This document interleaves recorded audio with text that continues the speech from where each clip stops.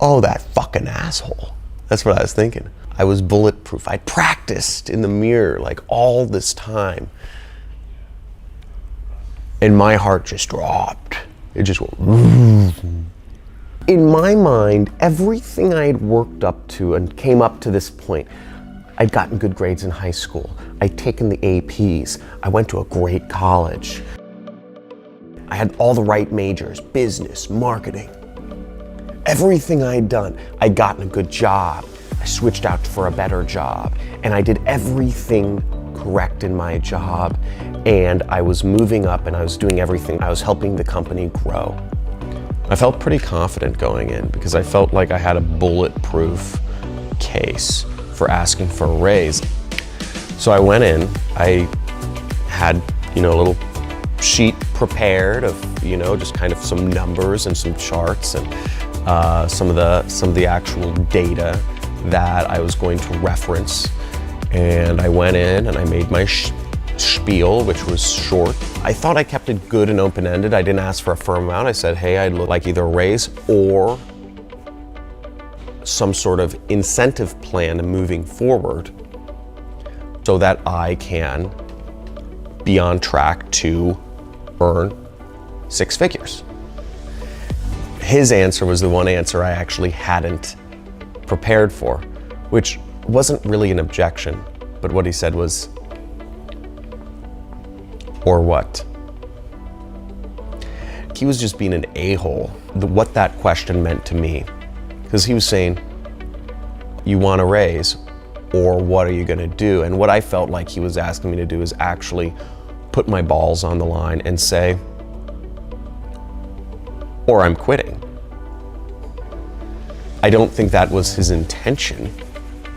The way I interpreted his response, or what, I felt he was forcing me to say, is the job path for you? Or do you have to go a different route? I want to give my boss a month notice, so I gave myself 60 days to say, I'm out. Whether or not I had the income to support going out on my own. I knew I had to do it, and I knew I just had to really just resolve it in that moment and just move forward, because otherwise I'd create too many obstacles to keep myself comfortable.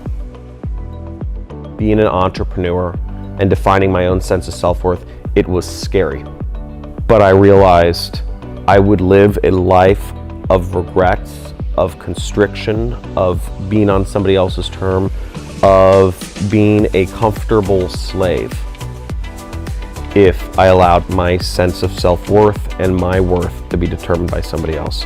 And at that moment, I made a decision that I can determine my own happiness. I can determine my own freedom. I can determine what I get from this life. But once I had that goal in mind, you see, I was able to problem solve my way to get there.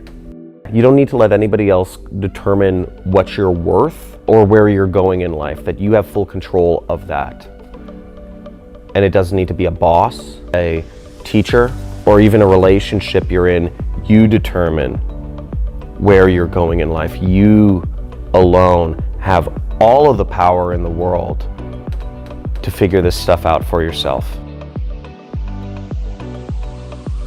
You're in a prison of your own mind. What you fear is not real, and it's really bitching over on this other side. You can truly make it happen.